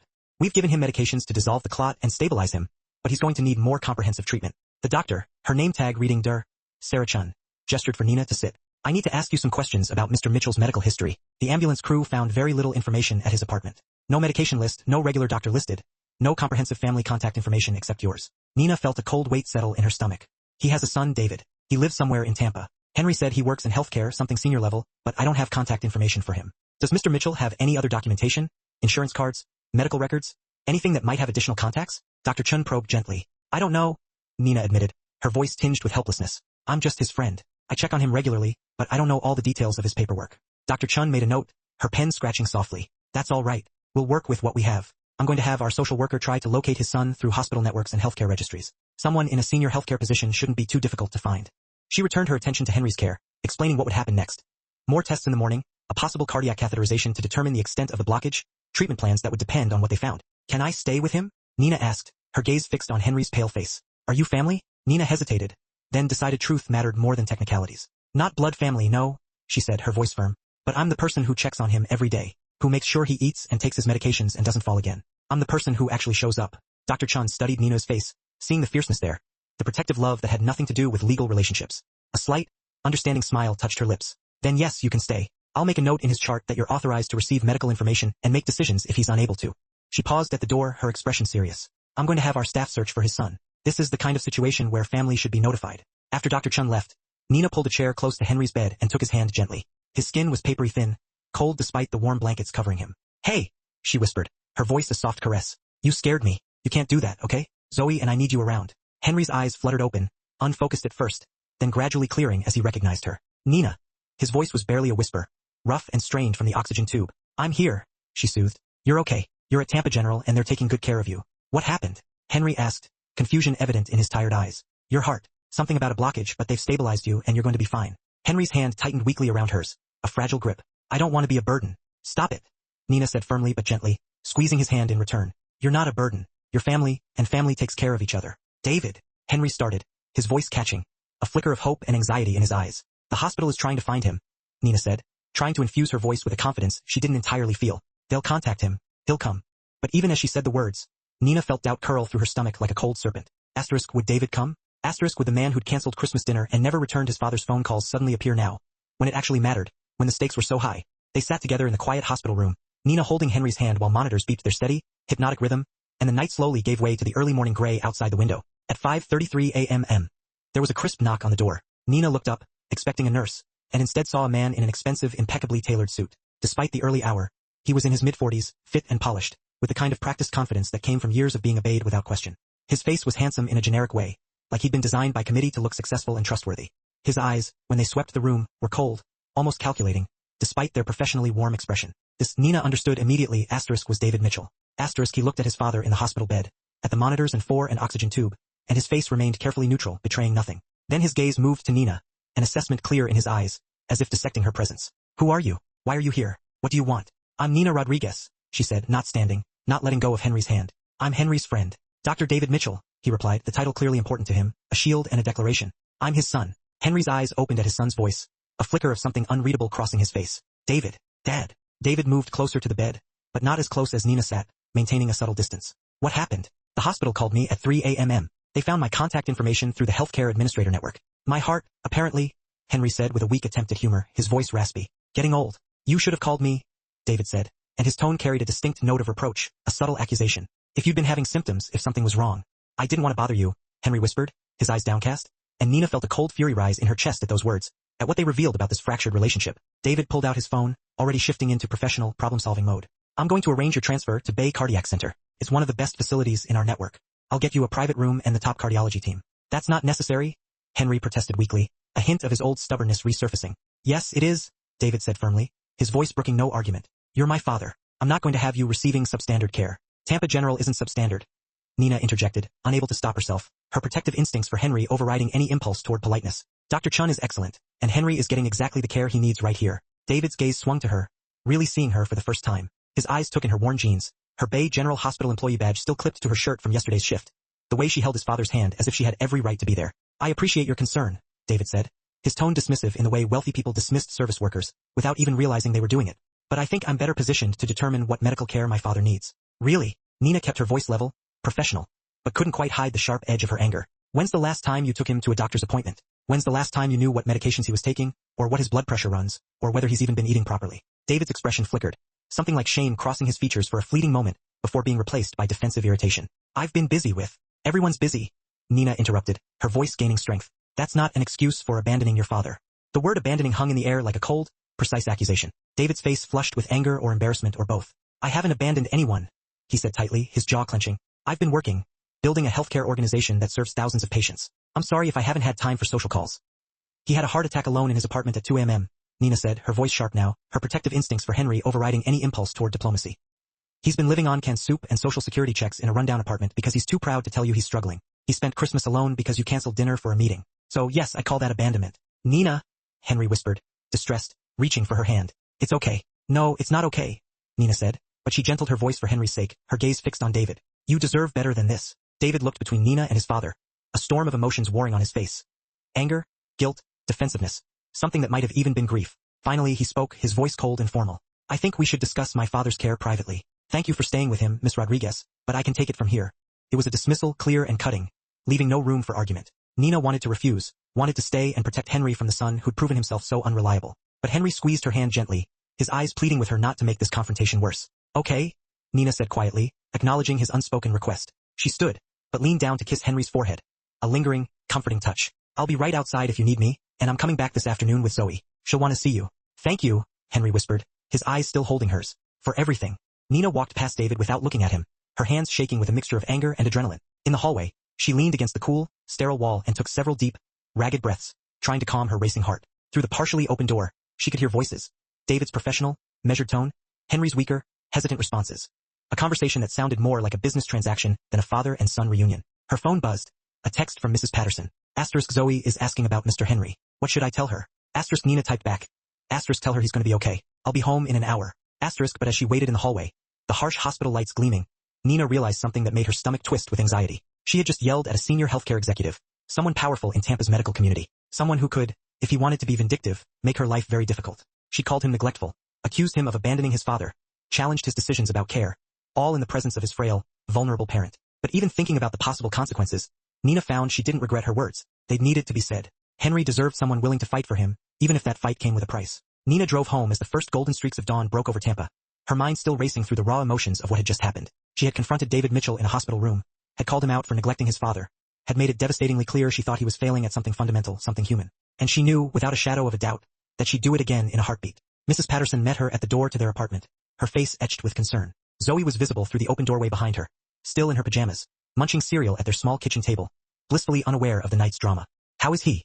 Mrs. Patterson asked quietly, her voice full of warmth. Stable, Nina replied, rubbing her face, exhaustion finally catching up with her now that the immediate crisis was over. He had a heart attack, but they've got him stabilized. He's going to need treatment, but the doctors think he'll recover. Thank you for watching Zoe, Mrs. Patterson. Really, you saved me. Anytime, honey. You know that. Mrs. Patterson studied Nina's face with the concern of someone who'd become like family over the years. You look like you've got something else weighing on you besides just Henry's health. Nina considered lying, then decided she was too tired for anything but the truth. I met his son, and I said some things that probably weren't smart, but they needed to be said. Did he deserve to hear them? Mrs. Patterson asked, her gaze unwavering. Yes, Nina said without hesitation, the word firm and absolute. Then you did the right thing, Mrs. Patterson concluded, her voice resonant with experience. Sometimes the right thing comes with consequences, but that doesn't make it wrong. She patted Nina's arm, a comforting gesture. Go be with your baby, get some sleep. Whatever happens next, you'll face it together. Zoe looked up when Nina entered, her small face anxious, her spoon hovering midair. Is Mr. Henry okay, Mama? Nina sat down at the table and pulled Zoe into her lap, holding her daughter close, inhaling the sweet scent of her hair. He's okay, baby. His heart got sick, but the doctors are helping him. He's going to need to stay in the hospital for a little while to get better. Can we visit him? Zoe asked, her eyes wide with worry. Yes, this afternoon after you finish school, I'll pick you up early, and we'll go see him together. Zoe relaxed against her mother's chest, a soft sigh escaping her. I want to bring him one of my drawings so his hospital room isn't boring. That's a perfect idea. Baby, Nina said, kissing the top of her daughter's head. Why don't you make him something special after school? After dropping Zoe off at school later than usual, Nina had called ahead to explain the family emergency. Nina went home and collapsed into bed. She meant to sleep for just an hour or two, then get up and prepare for whatever might come next, fortifying herself for a potential battle. Instead, she slept for 5 hours, deep and dreamless, her body claiming the rest it desperately needed, a temporary reprieve from the relentless demands of her life. When she woke, it was past noon. Her phone showed 3 missed calls from the same Tampa number, David Mitchell's, and 1 voicemail. With a dread curling through her stomach, Nina played the message. Miss Rodriguez, this is Dr. David Mitchell. His voice was formal, controlled, revealing nothing of his thoughts or emotions, a perfectly polished facade. I need to speak with you about my father's care and some other matters. Please call me back at this number at your earliest convenience. Nina stared at the phone. This was it. The consequences she'd been expecting. She could ignore the call, put it off, but that would only delay the inevitable. Taking a deep breath, she called back. David answered on the second ring, his voice still composed. Miss Rodriguez, thank you for returning my call. Can you meet me at my father's apartment this afternoon? Say 3 o'clock. I'm picking my daughter up from school at 2:30, Nina said carefully, already anticipating the visit with Henry. We were planning to visit Henry at the hospital. This won't take long, David assured her. And actually, I'd like you to bring your daughter. From what my father tells me, she's been very important to him. Nina couldn't read his tone. Was this a good sign or a bad one? A subtle olive branch? Or a calculated move? All right, 3 o'clock, I'll be there. She hung up and immediately called Gloria. I need a favor, Gloria. Can you watch Zoe for me this afternoon for about an hour? Of course, baby. What's going on? Nina explained quickly. Henry's heart attack, David's call, the impending meeting that felt like it could go very, very wrong. You want me to come with you? Gloria offered, her voice firm, ready to act as backup. No, but thank you, Nina said, appreciating the offer more than words could convey. I need to face this myself. She paused, a rare vulnerability in her voice. But pray for me, okay? I might need it. Already on it, honey, Gloria replied, a warmth that transcended the phone line. 2:30, Nina picked up Zoe from school. Her daughter bounced into the car, clutching a carefully rolled piece of construction paper. I made Mr. Henry a picture of all of us, Zoe announced, her voice brimming with pride. You and me and him all holding hands, with a big sun because sunshine makes people feel better. Nina felt tears prick her eyes at her daughter's pure, innocent heart. That's beautiful, baby. He's going to love it. Are we going to see him now? Soon. First, Mama has to take care of something. You're going to stay with Miss Gloria for a little bit, okay? Zoe's face fell slightly, but she nodded with the resilience of a child used to her mother's complicated, often unpredictable schedule. Okay, but tell Mr. Henry I'm coming to see him soon. After dropping Zoe at Gloria's apartment, where she was immediately swept into preparations for some elaborate craft project involving glitter and pasta, Nina drove to Henry's building, her heart pounding a nervous rhythm. David's car was already there, a sleek black Mercedes that probably cost more than Nina would earn in 3 years. He stood beside it, looking slightly out of place in the rundown parking lot, though he changed from his suit into more casual khakis and a crisp button-down shirt. Miss Rodriguez, he greeted as she approached, his voice devoid of any lingering animosity from the morning's confrontation. Thank you for meeting me. How's Henry? Nina asked immediately, her concern overriding any residual anger. Stable, resting. The cardiologist wants to do a catheterization tomorrow to assess the blockage and determine if he needs a stent. David gestured toward the building, his expression unreadable. Shall we? They walked up to Henry's apartment in tense silence, the quiet broken only by their footsteps. David pulled out a key, and Nina noticed his hands trembled slightly as he unlocked the door. How long has it been since you've been here? Nina asked quietly, the question hanging in the air. David's jaw tightened. Too long. Years probably. I didn't realize how small it was, how sparse. The apartment looked exactly as it had the last time Nina visited, except now it felt different. Seeing it through David's eyes, she noticed things she'd become used to, normalized. The worn furniture, the dated decorations, the careful economy of everything. On the refrigerator, Zoe's drawings. A burst of bright, cheerful color, covered every available surface against the old appliance. David stood in the middle of the small living room, looking around like he was seeing evidence of a crime. A stark, uncomfortable truth. His face had lost its professional composure, replaced by something rawer. A complex mix of grief, guilt, and shock. How long has he been living like this? David asked quietly, his voice barely above a whisper. Like what? Nina challenged, instantly defensive on Henry's behalf. Alone, struggling, in an apartment barely big enough for one person, in a neighborhood that... He stopped, seeming to choose his words carefully, his gaze sweeping the humble surroundings. This isn't what I thought his life looked like. What did you think it looked like? Nina pressed, her voice unwavering. I've been paying his rent and medical bills for the past 3 years, David said, running a hand through his hair, his perfect facade beginning to crack. I arranged it through my assistant. Payments go directly to the building management and to his healthcare providers. I thought he was fine, comfortable. His voice broke slightly, the raw emotion finally seeping through. I didn't realize he was living like this despite the money I was sending. Nina's anger softened slightly at the genuine distress in David's voice, replaced by a weary understanding. When's the last time you actually visited him? She asked, her voice softer now, but still direct. Saw his life with your own eyes instead of assuming everything was fine? Before my mother died, David confessed, the words heavy and 5 years overdue. I couldn't come here. After she passed, it became impossible. Stepping foot in this apartment meant reliving her memory, acknowledging a void I simply couldn't face. So, I kept my distance, convincing myself I was still a devoted son because I was diligently managing his financial affairs. He drifted toward the refrigerator, his gaze falling upon Zoe's colorful drawings. An unreadable expression, a blend of wistfulness and something else Nina couldn't quite decipher, crossed his features. My father told me about you and your daughter this morning, he continued, his voice softer, almost reverent. About Christmas Eve at the diner, about the New Year's party, about every time you've checked on him, brought him food, and made sure he wasn't alone. He turned, finally meeting Nina's eyes, and the complexity on his face was startling. A flicker of raw guilt, a profound gratitude, a subtle defensiveness, and a shadow that might have been shame. He also mentioned you work at Bay General, David added. That you're an LPN striving toward your RN. Nina's spine instinctively stiffened, bracing herself for the inevitable, for the judgment or the subtle dismissal she'd come to expect from powerful men like him. I want to apologize, David said, the admission clearly a struggle, each word wrenched from him. For this morning, for being so dismissive, for treating you as if you had no right to be protective of my father, when it's glaringly obvious you've been more present in his life than I have. Nina, who had prepared for many things, had certainly not anticipated an apology. Okay, she managed, the single word carefully measured. Can I tell you something? David asked, sinking onto Henry's worn, floral-patterned couch. In that moment, he shed the persona of a powerful healthcare executive, appearing instead as a weary, burdened son. And will you promise to be honest with me about whether I'm just making excuses? Okay, Nina said again, pulling the chair across from him, its creak a faint counterpoint to the quiet tension in the room. After my mother died, I plunged myself into work, David began, his gaze fixed on his clasped hands. It became my singular coping mechanism. I built, I achieved, I helped other people's families thrive, all while steadfastly refusing to confront my own crushing grief. I told myself I was honoring her memory by becoming successful, by expanding a healthcare network that serves thousands of patients. He looked up, his eyes shadowed. But somewhere along that path, Dad stopped being a person to me. He became an obligation, a responsibility to be managed, rather than a cherished relationship to be nurtured. I ensured his bills were paid, guaranteed his financial security, but I stopped showing up. David's voice grew rougher, thick with self-condemnation. I canceled Christmas dinner because I had a crucial conference call with hospital board members in Atlanta. Important business, I rationalized. People are depending on me. But my father was depending on me, too, and I chose strangers over him. Why? Nina asked, her tone gentle, devoid of accusation. Because it was easier, David admitted, the confession raw. Because seeing him reminded me too acutely of my mother, of how profoundly I missed her, and how terrified I was of losing him too. Because I didn't know how to navigate being with him without her as a buffer. Smoothing over the silences. Because I convinced myself he was fine. He had his own life, I told myself. He didn't need me hovering. He finally looked at Nina, and this time, his eyes held a depth of emotion she hadn't seen before, a stark vulnerability. I was wrong about all of it, and it took a stranger, you, to hold up a mirror and show me what I should have seen myself. Nina leaned back in her chair, processing the weight of his words. He talks about you constantly, David continued, a bittersweet smile touching his lips. How proud he is of you, how important your work is, how he doesn't want to be a burden. He's convinced himself that my absence is perfectly acceptable because I'm out there doing such good things in the world. But that's not what he deserves. He deserves a son who shows up, who calls, who makes time, who values him more than professional success. A heavy silence settled between them, the raw truth palpable. Why did you want me to meet you here? Nina finally broke the quiet. David rose, walking into the small kitchen. He opened a few cabinets, his gaze sweeping over the sparse contents, the lack of abundance. Because I needed to truly understand how he's been living, he explained, turning back to her, to see what his actual life looks like, not the sanitized version I'd imagined, where everything was fine just because I was paying bills, and because he met her eyes, a flicker of desperation there.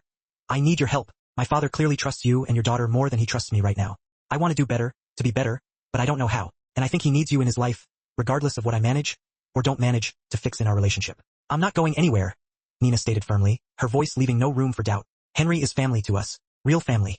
I know, David replied, a hint of genuine relief in his tone, and I'm grateful for that. He pulled out his phone, holding the screen toward her. An application form glowed there. This is for the Emerson Healthcare Nursing Scholarship Program. Full tuition for RN school, plus a living stipend in exchange for working within our network for 3 years after graduation. You'd keep your current salary while you're in school, and the program even includes childcare assistance. Nina stared at the form, her heart beginning a frantic race against her ribs. I don't understand. Bay General is part of the Emerson Healthcare Network, David clarified, his voice calm, professional. I'm the CEO of the entire organization. When my father mentioned you were applying to nursing school, I discreetly looked up your employment file. Your supervisors have been recommending you for advancement programs for 2 years, but you kept getting passed over because you didn't have the right credentials or connections. He met her gaze directly. This scholarship program already exists. I'm just making sure you know about it and have a direct path to apply. This isn't payment for taking care of my father, though I am deeply, profoundly grateful that you did.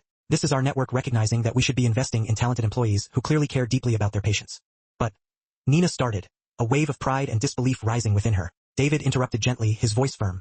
Let me be clear. This has nothing to do with my father. If you'd never met him, if you'd never stayed with him during his heart attack, if you'd never yelled at me in a hospital hallway, you would still be exactly the kind of employee we should be supporting. The scholarship program exists to identify and develop talent. You qualify on your own merits, Nina. Nina felt tears prickling, burning behind her eyes. I can't accept charity. It's not charity, David countered, his voice softening. It's an investment in you, in your daughter's future, in making sure talented people don't get worn down and lost by a system that undervalues their contributions. And selfishly, his expression became a little more vulnerable.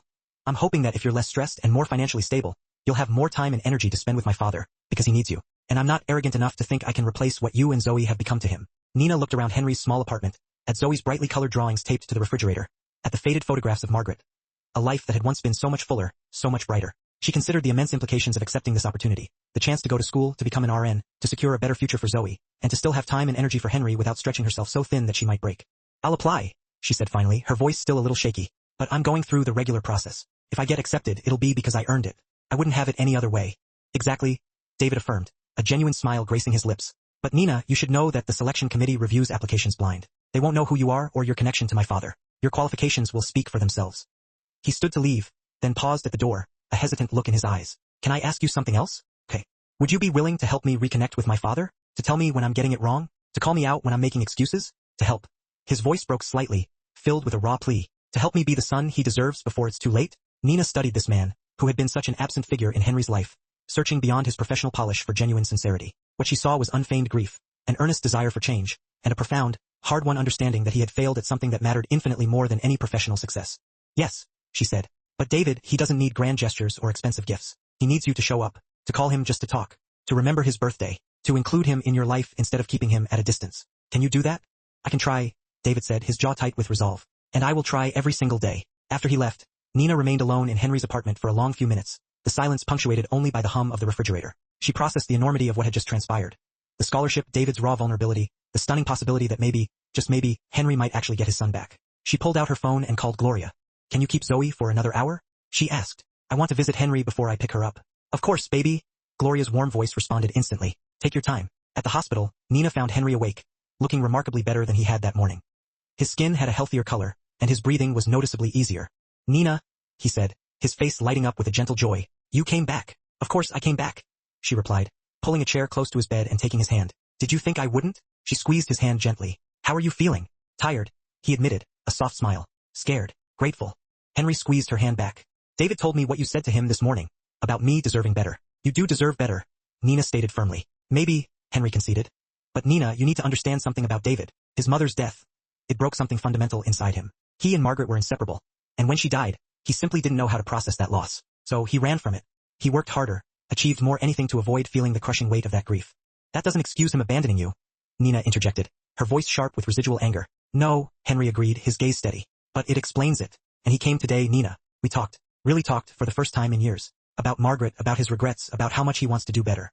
Henry's eyes welled with tears. "He's trying. That's all I can ask." Nina felt a familiar tightening in her throat. "He offered me a nursing scholarship to go to RN school." "Good," Henry said firmly, his eyes shining. "You deserve that. You deserve support, and opportunity, and recognition for how hard you work. I told him I'd only accept if I earned it fairly." "You will," Henry said with certainty, his grip firm. "Nina, you're extraordinary. Don't let your pride keep you from accepting help when it's offered honestly." They sat together in comfortable silence for a while, Nina holding Henry's hand, the steady rhythm of the hospital machines beeping softly, and the late afternoon sun slanting through the window. "Thank you," Henry said quietly, his voice raspy, "for seeing me when I felt invisible, for showing up when my own family didn't, for being exactly who you are." "Thank you," Nina replied, her own voice thick with emotion, "for letting Zoe sit at your table on Christmas Eve, for being open to friendship even when you were hurting, for becoming the grandfather she never had."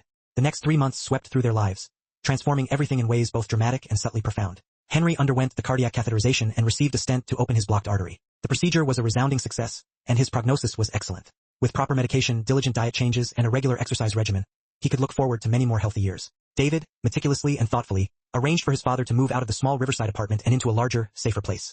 A comfortable 2-bedroom condo with ground floor access, a small garden plot Henry could lovingly tend, and a built-in community of mostly elderly neighbors who looked out for one another. "It's too much," Henry protested, his brow furrowed, when David first showed him the airy new space. "It's what you need, Dad," David countered firmly but gently. "And before you argue, let me explain something. You have resources, Dad. The money from selling your and Mom's house, your retirement savings, her life insurance. You've been living like you're broke when you're not."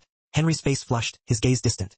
"That money, it's from her. From the life we had together. Spending it felt like living without her. Like erasing her," David finished softly, his voice full of understanding. "I know, but Dad, she would want you to be comfortable, to be safe. To have a place where Nina and Zoe can visit without climbing 2 flights of stairs. To have a garden again like you used to have with her." Henry's eyes filled with tears, a fresh wave of grief washing over him. "How do you know what she'd want?" "Because she told me," David said quietly, his voice raw with the memory. "Right before she died, she made me promise to take care of you, to make sure you were okay. And I failed at that promise for 5 years. Let me start keeping it now." So Henry moved, and David helped him every step of the way. They sorted through belongings together, a poignant archaeological dig through decades of life. David heard stories about objects he'd forgotten existed.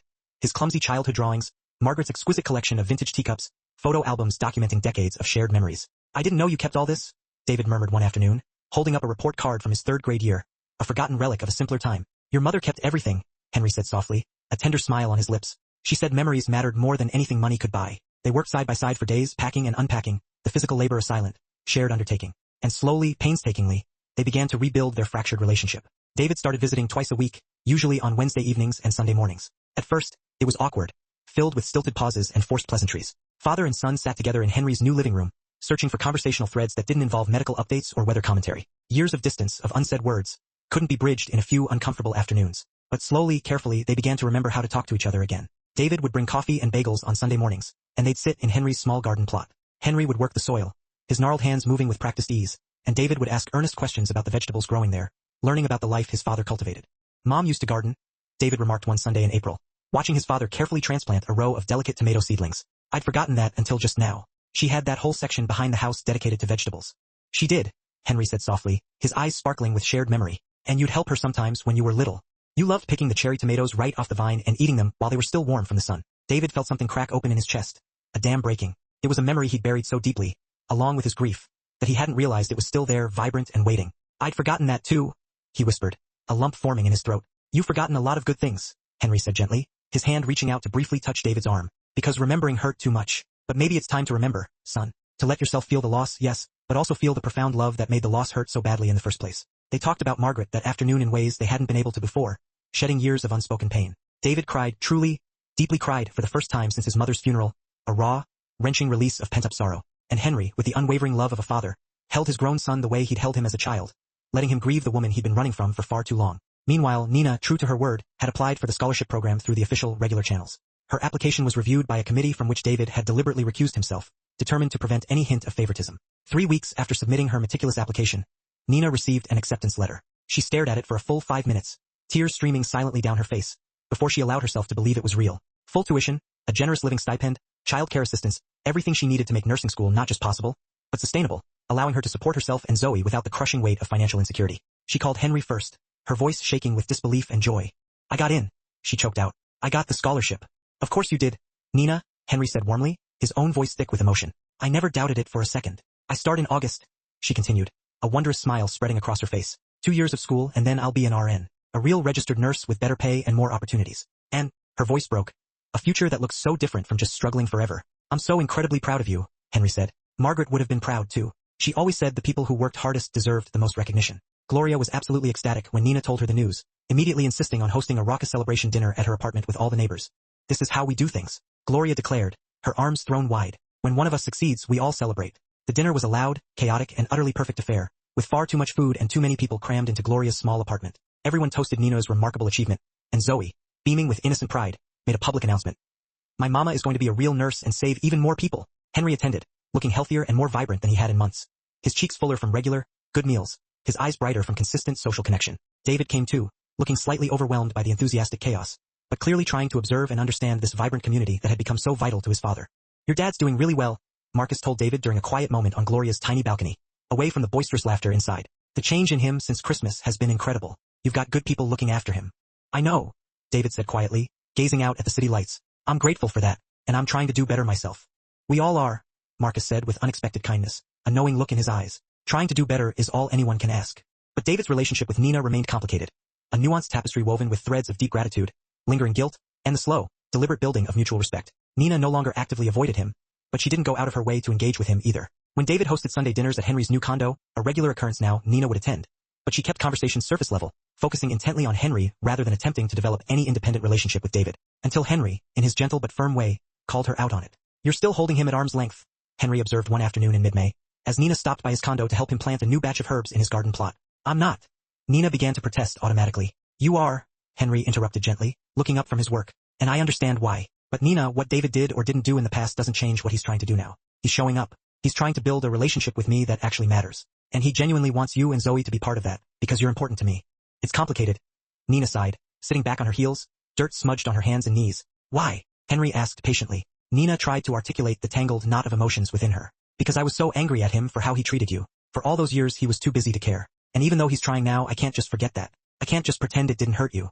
"You're not pretending anything," Henry said firmly, laying down his small trowel and turning to face her fully. "You're acknowledging that people can change. That's different. Nina, let me tell you something Margaret used to say. She said that forgiveness doesn't mean pretending someone didn't hurt you. It means acknowledging the hurt, sitting with it, and then choosing to believe people can change anyway." "But how do you know he won't just get busy again and disappear?" Nina asked, a flicker of her own past anxieties coloring her voice. "I don't know," Henry admitted, his gaze unwavering. "But I choose to believe he means it, because the alternative is staying bitter and angry, and robbing both of us of the relationship we could have now. And because he's shown up consistently for 3 months. That counts for something." Nina thought about her own father, who had walked away when she was 12 and never come back. She had spent years nursing that anger, letting it fester and shape her relationships, eroding her ability to trust. And in that moment, kneeling in the sun-drenched garden, she realized she was projecting that old wound onto David, punishing him for another man's failures. "You're right," she said quietly, her voice barely a whisper. "I've been unfair. Come to dinner on Sunday," Henry said, a gentle invitation in his eyes. "Bring Zoe. Let's be a family together. Complicated, imperfect, but trying. That's all any of us can do." So that Sunday, Nina and Zoe showed up at Henry's condo precisely at noon. David was already there, meticulously grilling hamburgers on the small patio behind Henry's garden, looking endearingly domestic and slightly uncertain in casual clothes instead of his usual sharp professional attire. "Nina, Zoe," David said, a palpable wave of relief washing over him. "I'm so glad you came, Mr. David," Zoe exclaimed, running toward him without a moment's hesitation, having clearly decided at some point that he was a friend rather than a foe. "Mr. Henry said you make the best hamburgers in all of Florida." "I don't know about that," David chuckled, a genuine, warm sound Nina hadn't heard before. "But I definitely try." Lunch was easier, more relaxed than Nina had expected. They ate outside in the glorious spring sunshine, Henry regaling them with stories about Margaret that made them all laugh. Zoe chattered happily about school and her latest art projects, while David, surprisingly, shared funny, self-deprecating anecdotes about hospital administrators and medical conference disasters. Nina found herself relaxing, genuinely laughing at his humor, catching glimpses of the man Henry remembered from before grief had made him run. After lunch, while Zoe happily helped Henry water his tomato plants, David approached Nina as she cleared plates. "Can we talk?" he asked, his voice softer. "Just for a minute, okay?" Nina said carefully. They stepped inside the cool, air-conditioned condo, a welcome respite from the Florida heat. "I know things have been awkward between us," David began without preamble, his gaze direct. "And I understand why. I wanted to say thank you for pushing me to do better, for not letting me hide behind excuses, for caring for my father when I failed to adequately." He paused, choosing his words with evident care. "I also want you to know that I meant what I said about the scholarship. It is completely separate from any gratitude I might feel about you helping my father. You earned that opportunity, Nina." "I know," Nina said quietly, a nascent belief taking root within her. "I'm starting to actually believe that." "Good," David murmured, looking out the window at his father patiently teaching Zoe how to properly water seedlings without disturbing the fragile roots. "I don't deserve his forgiveness, but I'm grateful for it anyway, and I'm grateful for you, Nina, for giving him back his joy when I'd let him lose it." Nina felt something soften profoundly in her chest, a thawing of old ice. "He loves you very much," she said, her voice gentle. "He always has, even when you weren't there." "I know." David's voice was rough, edged with pain, which somehow makes it worse. "But I'm trying to earn that love now, to be worthy of it." They stood in companionable silence for a moment, and Nina realized something important. David wasn't her enemy. He was a flawed man, trying desperately to fix his mistakes, just like everyone else. And maybe that deserved respect, rather than continued judgment. "Come on," she said, gesturing toward the door, a slight smile playing on her lips. "Zoe's probably convinced your father to let her plant flowers in every available space. We should intervene before his whole garden becomes a chaotic flower explosion." David laughed then, a real, genuine, warm laugh that filled the quiet condo.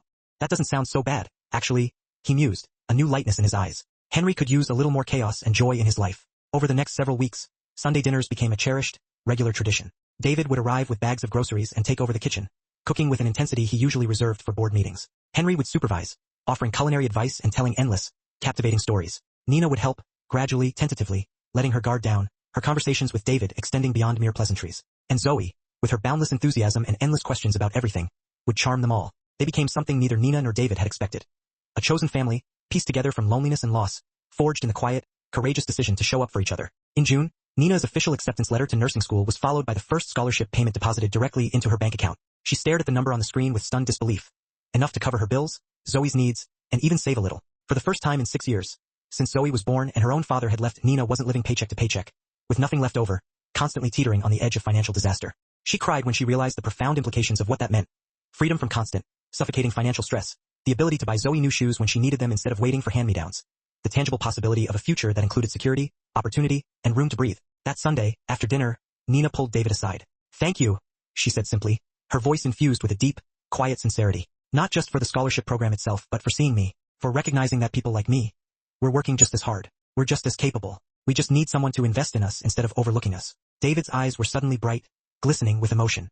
"You're thanking me, Nina? You changed my father's life. You gave him back hope and community and reasons to keep living. Helping facilitate your education is the absolute least I could do." "Still," she insisted, meeting his gaze. "Thank you." They had reached a peace, Nina and David. Not quite friendship. There was still too much history, too much complexity for that. But a profound, unshakable mutual respect and a shared understanding that ran deeper than words. The initial awkwardness between David and Henry had softened, replaced by a comfortable rhythm of shared silences and genuine laughter. Henry would observe them, David listening intently to Nina, or sharing a joke with Zoe, and a warmth would spread through his chest, chasing away the long years of emptiness. His son, David, was truly back. It wasn't a fairy tale reunion. There were still tender spots, the lingering echoes of past hurts, and the occasional challenging conversation that tested their fragile truce. But he was present, genuinely woven back into the fabric of Henry's daily existence. And then there were Nina and Zoe, two brilliant lights who had unexpectedly redefined family for him, demonstrating with every kind word and shared meal that love wasn't confined by genetics, that a profound connection could be chosen, nurtured, and that simply being there held more weight than any extravagant display of affection. Beyond his immediate circle, the embrace of the Riverside community had been a revelation. Gloria's steadfast friendship, Marcus's quiet wisdom, and the collective warmth of neighbors had shattered his preconceived notions of solitude. They had shown him, through their unassuming generosity and unwavering support, that true wealth resided not in bank accounts or material possessions, but in the rich tapestry of human connection, in the simple act of people caring for one another. His body, once ravaged by grief and illness, was steadily mending, mirroring the vibrant life burgeoning in his garden. Each new shoot, each blossoming flower, reflected the renewed purpose that now filled his days, transforming mundane tasks into meaningful rituals, and solitude into cherished moments of peace and connection. The late June evenings in Florida were a particular balm to Henry's soul. As the sun dipped below the horizon, it began its nightly masterpiece, transforming the sky into a canvas of bruised purples bleeding into fiery oranges, then softening to delicate rose and molten gold. Seated on his weathered porch swing, the scent of jasmine heavy in the air, Henry let his gaze drift upward, a familiar ache mingling with a new, blossoming sense of peace. He thought of Margaret. "I wish you could see this," he murmured, his voice a soft rustle against the twilight, directed at a memory carried on the gentle breeze. "Our son, David, is truly healing, Margaret. The hard edges are softening, and I'm not alone anymore. The house, once so quiet, now echoes with laughter. There is joy again. Real, undeniable joy. After so many years lost in the shadows. I think you'd adore Nina and Zoe. Their spirit, their kindness. I truly believe you'd be so proud of how we've all, in our own fractured ways, managed to find each other and forge something beautiful from the wreckage. From the lush tangle of green in his garden, the first clusters of tomatoes, swollen and ruby red, announced their readiness. They were a testament to life's persistent cycle, a symbol of patience rewarded. Henry reached out, his fingers tracing the smooth skin of a perfect specimen, then carefully twisted it free. He held it up to the last amber streaks of light, and the scent, earthy, sweet, vibrant, unlocked a memory buried deep. A vivid flash of a little boy, David, his face smeared with crimson juice, devouring a sun-warmed tomato straight from his mother's garden, his eyes sparkling with unadulterated, childish glee. Henry brought the tomato to his own lips now, biting into the firm flesh. The burst of flavor, tangy and sweet, didn't just taste like summer. It tasted like decades, carrying him back to Margaret's radiant smile, to David's unrestrained childhood laughter, to an entire lifetime of simple, profound happiness he had once believed irrevocably lost. In that moment, a profound realization settled within him, clearer and more comforting than any philosophy he'd ever encountered. Grief, he understood, doesn't vanish or conclude. Instead, it transforms. It shifts its shape, creating room, not replacing, but coexisting with new joy, new love. It can reside peacefully alongside an overwhelming sense of gratitude, and an unshakable, resilient hope for what lies ahead. A wave of overwhelming gratitude washed over him, a silent, heartfelt chorus of thanks. Thank you, he whispered once more, this time to the twilight itself, encompassing Margaret's enduring memory, Nina's unwavering compassion, Zoe's infectious optimism, and David's courageous return. Thank you, he continued, acknowledging the mysterious, benevolent force in the universe that had, against all odds, granted him this precious second chance at love, at family, at genuine connection. Thank you for reminding me, he finished, the words a gentle prayer, that even after the deepest shadows, life is not just worth living, but truly worth celebrating. Join us to share more meaningful stories like Henry's by hitting the like and subscribe buttons. Don't forget to activate the notification bell, so you can start each day with profound lessons and heartfelt empathy.